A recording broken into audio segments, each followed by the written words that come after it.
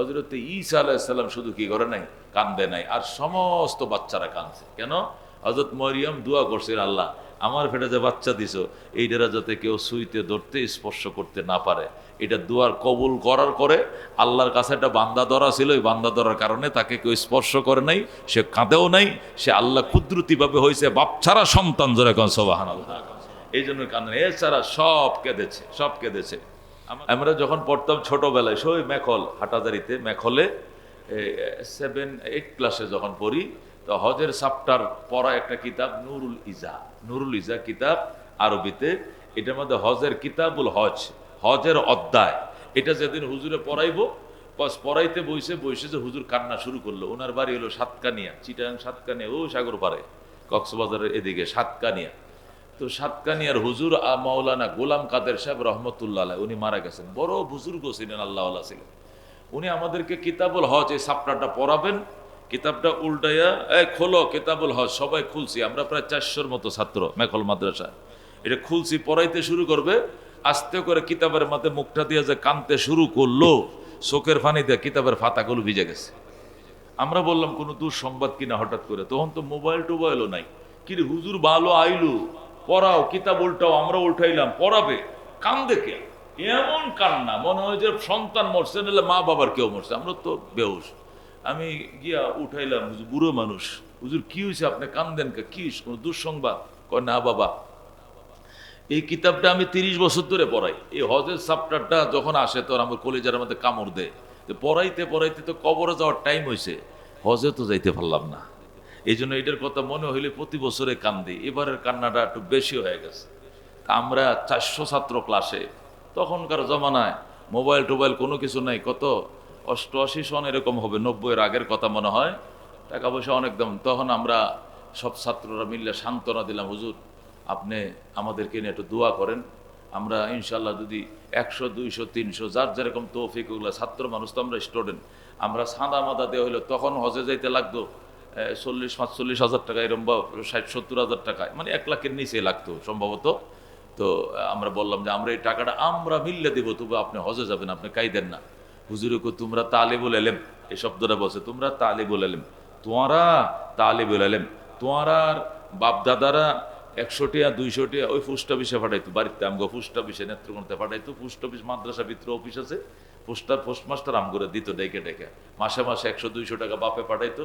এটি দেখো তোমার আরে পোস্ট অফিসে 100-200 টিয়া পাঠায়, এগুন দিয়ে তোমারা নাস্তা পানি করো, কিতাব খাতা কলম কিনো, তোমার টেয়া দেওয়ান ভর্তি খাজানার মালিকরে একটু কয়ে দাও, যেরকম সুবহানাল্লাহ, তোমারা খাজানার মালিক রে, এই শব্দটা হুজুরে খাজানার মালিক রে তোমারা একটু কয়ে দাও, খাজানার মালিক যদি দরজা খুলে দেয় আত্মের সমস্যা নইব, সুবহানাল্লাহ।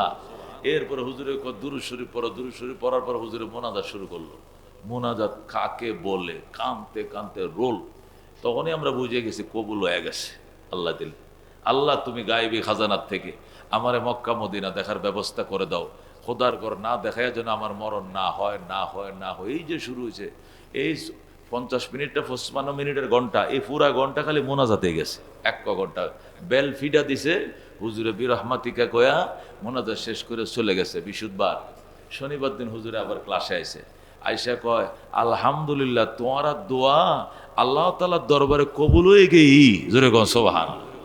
চিটাঙ্গে বাসা আর কি, চট্টগ্রামের বাসা, তোমার দোয়া আল্লাহ রাব্বুল আলামিনের দরবারে কবুল হয়ে গেই। কিয়া মাদ্রাসার মোহতামি সাহেবের কাছে জাহাজ ব্যবসায়ী আইছে, চিটাঙ্গে শিপ ব্যবসায়ীরা আছে, ওরা একটা শিপে যখন মাল পাঠায়, তো 50 কোটি টাকার মাল যখন পাঠায়, তখন শিপের ভাড়াই পায় 2-3 কোটি টাকা। একটা শিপ চট্টগ্রাম বন্দর থেকে মনে করেন মালয়েশিয়া বা সিঙ্গাপুরে পাঠাবে, তখন মাদ্রাসা একটা দোয়া পড়া, একটা খতম পড়ায়, সহি সালামতে ঢেউ পার হয়ে যাওয়ার শিপটা মাল আনলোড করতে পারে, তখন বিভিন্ন দোয়া খতম পড়ায় এবং আরো কিছু মান্যত করে।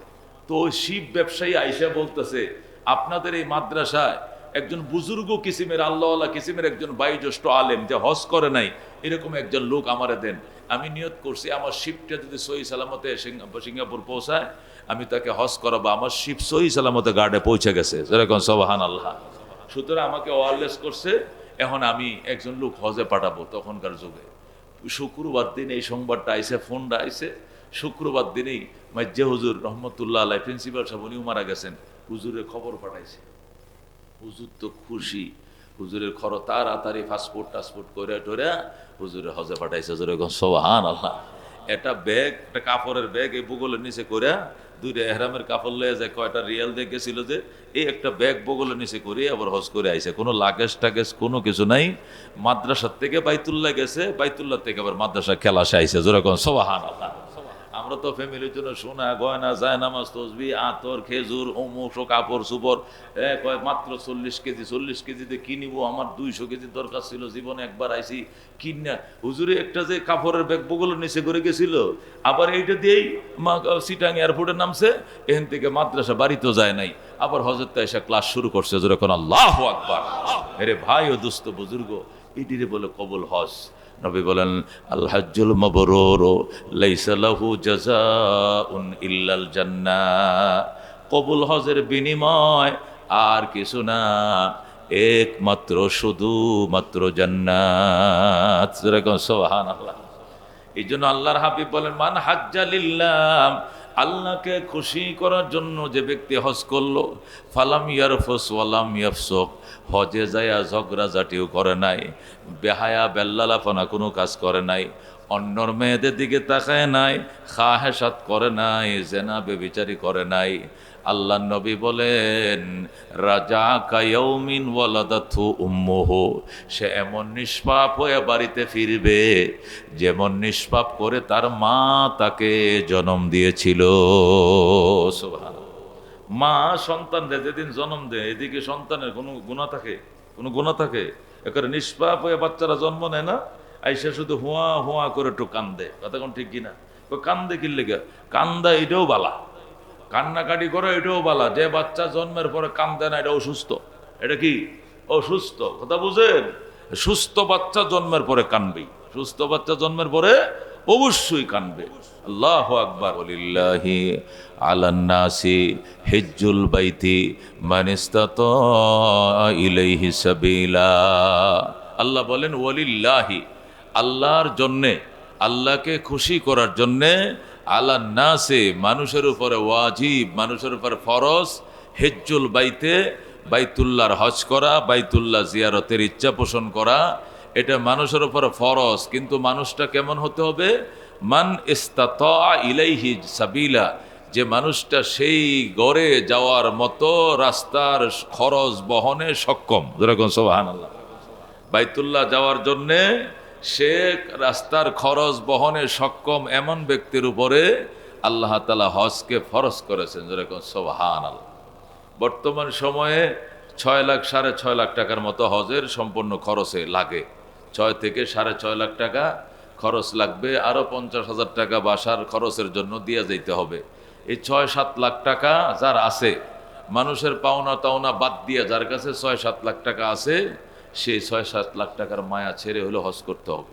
হজ এটা তার জন্য ফরজ। যদি বলেন আছে 7 লাখ, তো 6 লাখ টাকা হজে খরচ করবে, আর 1 লাখ ফ্যামিলি কেমনে চলবে? আল্লাহ তাআলা তাকে দুনিয়াতেও ধনী বানাবে, পরকালেও ধনী বানাবে। যেরকম সুবহানাল্লাহ। আল্লাহ তাআলা কমপক্ষেও তাকে 10 গুণ বাড়ায় দিবেন। এই 6 লাখ খরচে 6-10-এ তাকে 60 লাখের মালিক বানাবেন। আপনি সে কল্পনাও করতে পারবেন না কিভাবে আল্লাহ বানাবেন। আল্লাহ তাআলা তোমার টাকা আমাকে দিয়া আমার ঘরে তোমাকে আসতে হবে না, আমার টাকা আমাকে দিবা, আমার ঘরে আসবা, তোমার পাওনা আমি 10 গুণ পরিশোধ করে দিব। যেরকম সুবহানাল্লাহ। হজ করলে, আমি এটা আগেই বলে রাখি, আগে বলছি আরো, হজ করলে 4টা পুরস্কার। কটা পুরস্কার? 1 নম্বরে হাজিরা স্থায়ী ধনী হয়ে যায়, এটা দুনিয়ার পুরস্কার। স্থায়ী, তাদের ধন এটা এই পরিবারের মধ্যে টেকসই হয়ে যায়। এই ধন এমনভাবে বাড়তে শুরু করবে, ধনটা এই ফ্যামিলির মধ্যে টেকসই হয়ে যাবে। টেকসই মানে কি? এই ধন যেটা কষ্ট করে কামাইছে সে বুক করতে পারবে, তার ছেলে মেয়েরা বুক করবে, তার নাতিপতিরা বুক করবে। আল্লাহ তাআলা এই তৌফিক তাকে দিবেন হজ করার কারণে। যারা হজে জাকাতে কার্পণ্যতা করে, নিজেই টাকা কামাইছে, নিজেই ফকির হয়ে যাবে, বলতেও পারবে না, কল্পনাও করতে পারবে না সে এত উপর থেকে এত নিচে পড়ে যাবে। নিজেই ধনী ছিল, নিজেই গরিব হয়ে যাবে, নিজেই ভিক্ষা দিত, নিজে ভিক্ষা করে খেতে হবে। আল্লাহ তাআলা ধন এবং সম্পদ তার থেকে নিয়ে যাবেন হক আদায় না করার কারণে। এই জন্য 1 নম্বর পুরস্কার, দুনিয়াতে হাজিরা স্থায়ীভাবে ধনী হয়ে যাবে, তার অর্থ, তার সম্পদ, তার ফ্যামিলির মধ্যে টেকসই লাভ করবে, প্রজন্মের পর প্রজন্মের উপরে, এই ফ্যামিলির প্রজন্মের উপরে আল্লাহ তাআলা এই অর্থটা বহাল রাখবেন। এই টাকাটা কমবে না যেরকম সুবহানাল্লাহ। এটা হাদিসের কথা। 2 নম্বর, যারা হজ করবে আল্লাহ তাদের জীবনের গুনাহ মাফ করে দেবেন, সুবহানাল্লাহ। এরপরে যদি তারা নতুন করে গুনাহ করে আবার অ্যাকাউন্টে আবার গুনাহ লেখা হবে, তার মানে এই নয় যে এর হজটা কবুল হয় নাই, যদি কবুল হইতো তাহলে তো গুনাহ করতো না। না না না, এর নমাজ কবুল হয় না, নমাজ কবুল হলে তোর গুনাহ করতো না, কয় না। নমাজ কবুল হইতেছে তা গুনাহ করতেছে, কবুলিয়তের জায়গায় কবুলিয়ত লেখা হচ্ছে, গুনার অ্যাকাউন্টে গুনাহ লেখা হচ্ছে, দুইটাই লেখা হচ্ছে। তার মানে এই নয় যে তার হজ কবুল হয় নাই, হজ কবুল হয়েছে, বিগত দিনের গুনাহ আল্লাহ মাফ করে দিয়েছেন। এখন যদি এসে আবার শয়তান এবং নফসের দোকায় পড়ে হাজি নতুন করে গুনাহ করে, এটা আবার নতুন অ্যাকাউন্টে উঠবে, আবার লেখা হবে। তার মানে ওই নয় যে পিছনেটা কবুল হয় নাই। আল্লাহর হাবিব বলেছেন, আরাফার ময়দানে একজনের হজ যদি আল্লাহ কবুল করে, লাখ হাজির হজ সব একজনের উসিলা আল্লাহ কবুল করে নেবেন। এই জন্য হাজিরা টেকসই ধনী। 2 নম্বর, হাজিদের জীবনের গুনাহ বাপ, হাজিরা নিষ্পাপ, হাজিরা জান্নাতি, যেরকম সুবহানাল্লাহ। 4 নম্বর পুরস্কার, হাজিরা কি জান্নাতি। আল্লাহর হাবিব বলছেন, আল হজ্জুল মাবরুর, আল হজ্জুল মাবরুর লাইসা লাহু জাযাউন ইল্লাল জান্নাহ। আল হজ্জুল মাবরুর লাইসা লাহু জাযাউন ইল্লাল জান্নাহ। হাদিসটা বুখারীতে আছে, মুসলিমে আছে, তিরমিজিতে আছে, আবু দাউদে আছে, মিশকাতে আছে। হাদিসের ডজনে ডজনে কিতাবে হাদিসটা আছে, প্রসিদ্ধ হাদিস। নবী বলেন, আল হজ্জুল মাবরুর, মাকবুল হজ, যে হজ কবুল হয়, লাইসা লাহু জাযাউন, এর জাযা আর কিছু নয়, এর বিনিময় আর কিছু নয়, ইল্লাল জান্নাহ, একমাত্র জান্নাত। যেরকম সুবহান। হজ্জে মবরুরের একমাত্র প্রতিদান হলো আল্লাহ তার বান্দাকে হজের কারণে জান্নাত দেবেন। যেরকম সুবহানাল্লাহ। এই জন্য মেরে ভাই ও দুস্থ বুজুর্গ, আল্লাহ বলেছেন, ওয়ালিল্লাহি, আল্লাহর জন্য লাগবে হজ, নির্বাচনের জন্য নয়, এমপি হওয়ার জন্য নয়, মন্ত্রী হওয়ার জন্য নয়, মানুষের ভোট আকর্ষণ করার জন্য নয়, আস্থা ফিরানোর জন্য নয়, আলহাজ লেখার জন্য নয়, দানবীর বলার জন্য নয়, দিনদার বলার জন্য নয়, ওয়ালিল্লাহি, আল্লাহর জন্য, আল্লাহকে খুশি করার জন্য।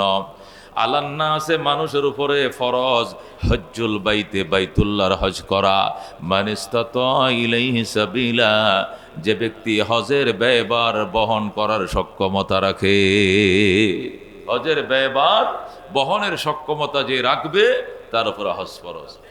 এখানেই আমরা হোঁচট খাই, সেটি হলো যে হজের সক্ষমতা আছে, যে ব্যবসা বাণিজ্য করি, 5-10 লাখ টাকা নাই যে তা নয়, কিন্তু এটা দিয়ে যদি হজটা এখন করে ফেলি, পরে তো আমার জন্য মাইগা খাওয়া ছাড়া আর কোনো পথ নাই।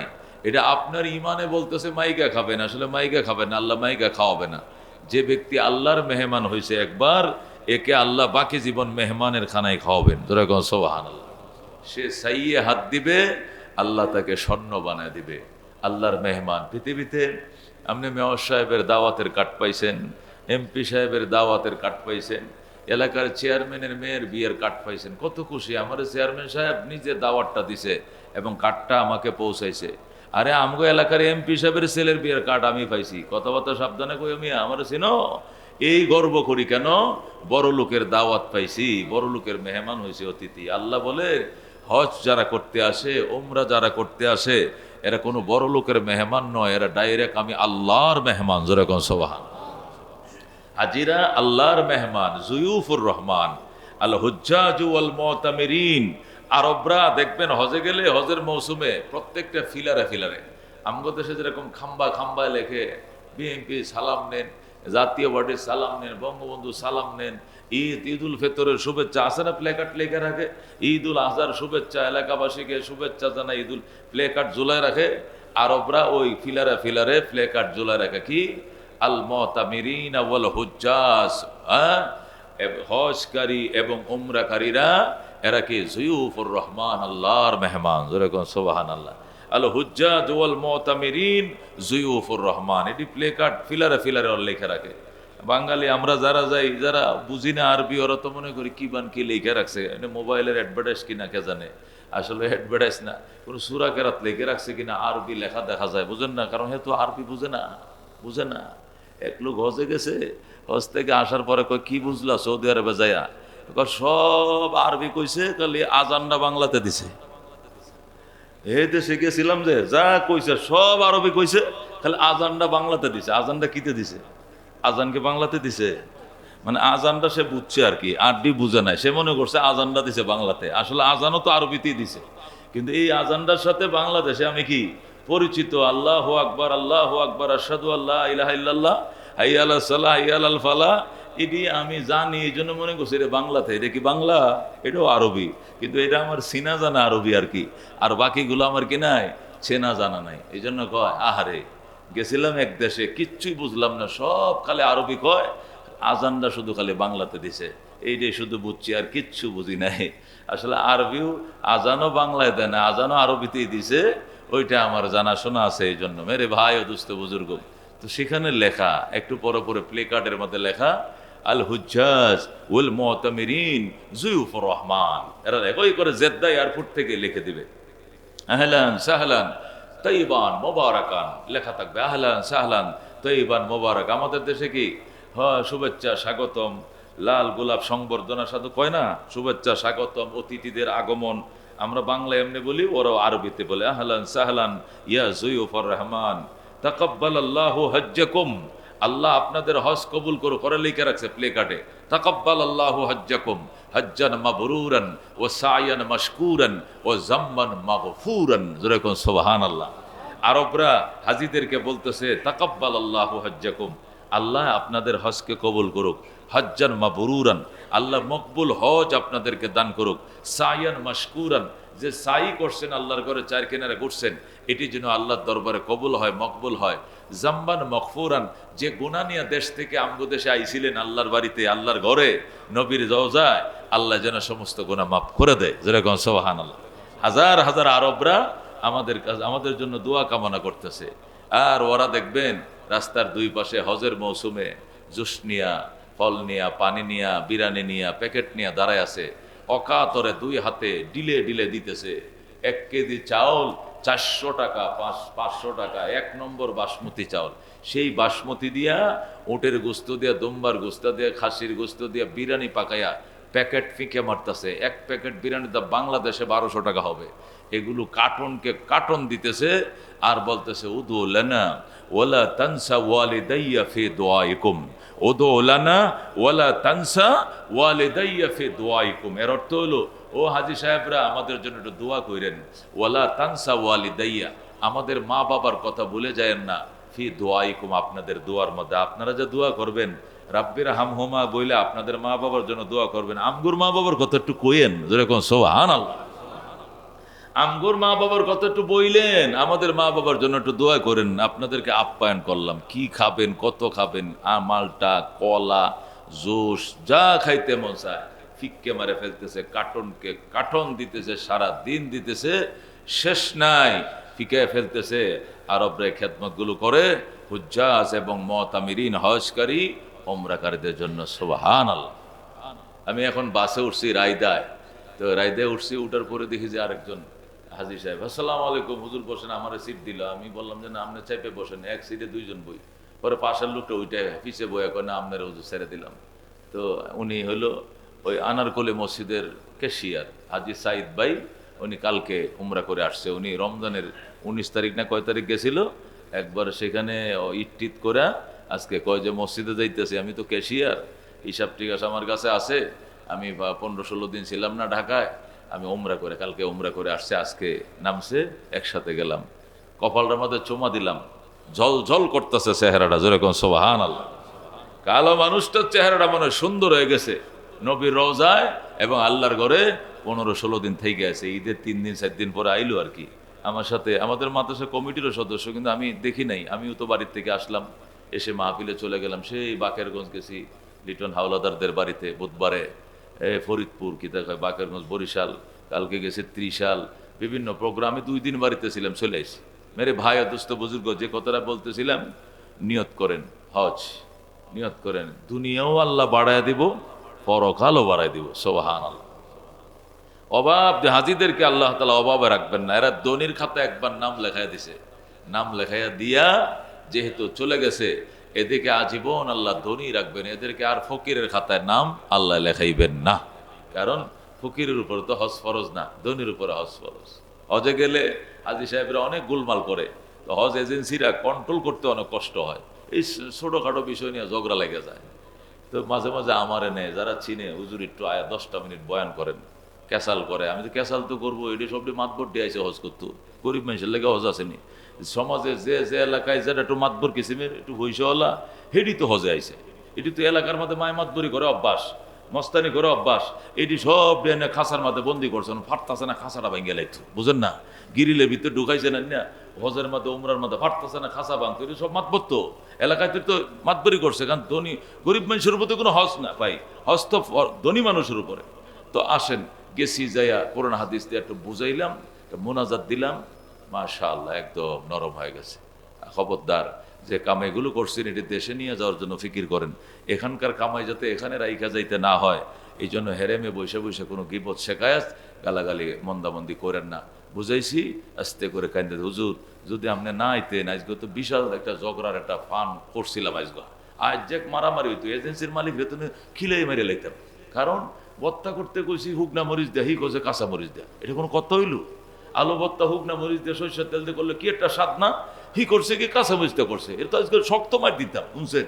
এই কাঁচা মরিচ আর শুকনা মরিচ দিয়ে হাজি মেরে লিব, চিন্তা করছেন?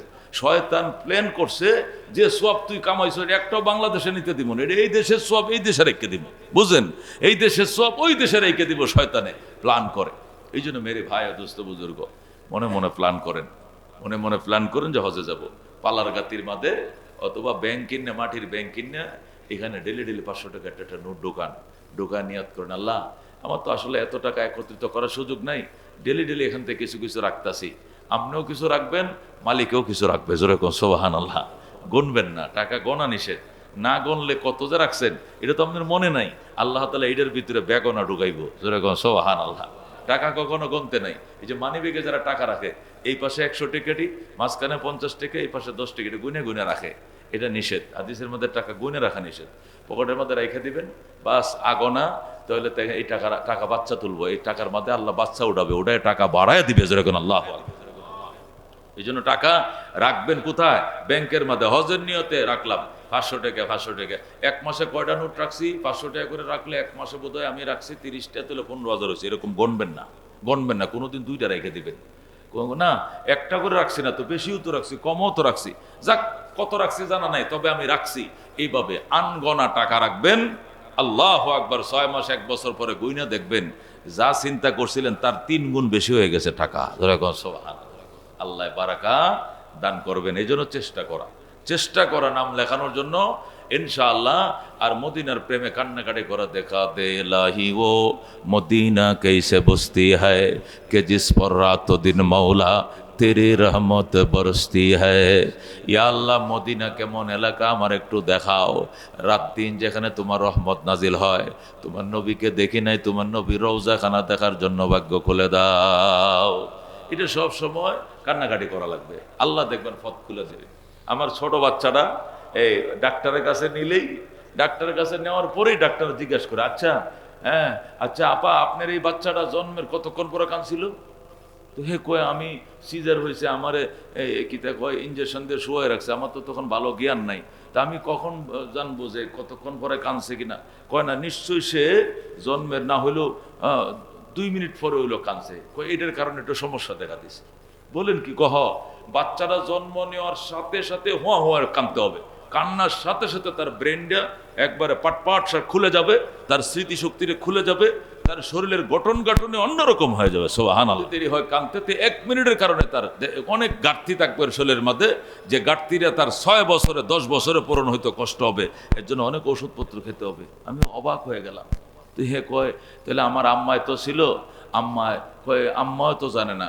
আরে এই নার্সেরাই তো ভিতর থেকে দিতেও তো আধা ঘন্টা 1 ঘন্টা পরে বাচ্চারে দুইয়া মইসা না পরে আমগুর হাতে, গার্জিয়ানের হাতেতে, এটা নার্স না কইতে পারবো? এটা নার্সকে জিজ্ঞেস করতে। এখন যাইয়া 10 বছর 6 বছর পরে নার্সরে জিজ্ঞেস করলে এই নার্সে কইতে পারবো নি যে এই বাচ্চা কাঁদছিল কিনা, কোন বাচ্চা, এটা তো জানার কোনো উপায় নাই। এটা জিজ্ঞেস করলেন কেন? হ্যাঁ, বাচ্চা জন্মের পরে কান্দা এটাও একটা রহমত, এটাও একটা তার স্বাস্থ্যের জন্য বরকত, তার দামাক, তার স্মৃতি শক্তির জন্য অনেক উন্নতির একটা নিশানা, যেরকম সুবহানাল্লাহ। মেরে ভাই ও দোস্ত বুজুর্গ, আল্লাহর হাবিব সাল্লাল্লাহু আলাইহি সাল্লাম বলেছেন, মান হাজ্জা লিল্লাহ, যে ব্যক্তি আল্লাহকে খুশি করার জন্য হজ করলো, ফালাম ইয়ারফুস ওয়ালাম ইয়াফসুক, হজে যায় হজ বিরোধী কোনো আপত্তিকর কাজ করে নাই, ঝগড়া বিবাদ ফাসাদ করে নাই, রাজা কায়াউমিন ওয়ালাদাতু উম্মুহু, সে ফিরে আসবে ওই দিনের ন্যায় যেদিন তার মা তাকে প্রসব করেছিল। মার প্রসবের টাইমে তার শরীরের ভিতরে যেমন কোনো গুনাহ ছিল না, হজ করে দেশে ফিরার টাইমেও তার শরীরে কোনো গুনাহ থাকবে না। রাজা, রসুল বলেন রাজা, সে দেশে ফিরে আসবে কায়াউমিন, ওই দিনের মতো, ওয়ালাদাতহু উম্মুহু, তার মা তাকে কি করেছে, ডেলিভারি করেছে। সে ফিরে আসবে দেশে ওই দিনের মতো যেদিন তার মা তাকে জন্ম দিয়েছিল।